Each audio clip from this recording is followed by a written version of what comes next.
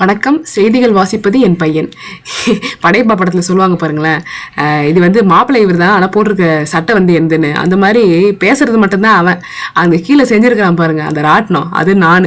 அப்போல்லாம் பார்த்தீங்கன்னா சின்ன வயசில் நாங்கள் ஸ்கூல் படிக்கும்போது இந்த மாதிரி ஸ்கூலில் ஏதாவது செஞ்சு எடுத்துகிட்டு வாங்கன்னு சொன்னாலே நாங்கள் வீட்டில் சொல்கிறதுக்கு அவ்வளோ பயப்படுவோம். ஏன்னா அது செலவாகும், ஏதாவது சொல்லுவாங்க வீட்டில் நம்ம செய்யணுமா அப்படின்னு. ஆனால் என் பையன் வந்து லாஸ்ட் 2 days பிஃபோர் வந்துட்டு இது செஞ்சு தரணும் மம்மி அப்படின்ட்டு போயிட்டான். அவ்வளோதான். அதுக்கப்புறம் நானும் எங்கள் வீட்டுக்காரன் கடைக்கடையாக ஏறி இறங்கி பகலாம் கட்டிங் வெட்டிங் பழைய கார்ட்போர்டெல்லாம் பொறுக்கிறது அந்த வேலையெல்லாம் பார்த்து அழகாக செஞ்சு எடுத்துன்னு போய் வச்சா எங்களை மாதிரியே நிறைய பேரண்ட்ஸு என்னென்னமோ செஞ்சு வச்சிருக்காங்கப்பா. எப்பா இப்போ இருக்கிற பசங்கள்லாம் உண்மையிலேயே கொடுத்து வச்சவங்க தான் சொல்லணும். ஏன்னா நம்ம சின்ன வயசுல ஸ்கூல் படிக்கும் போதெல்லாம் டீச்சர்ஸ் வந்து திட்டுவாங்க, அடிப்பாங்க, பனிஷ்மெண்ட் கொடுப்பாங்க, முட்டி போட சொல்லுவாங்க. ஆனால் இப்போ பார்த்தீங்கன்னா எதுவுமே சொல்ல முடியாது.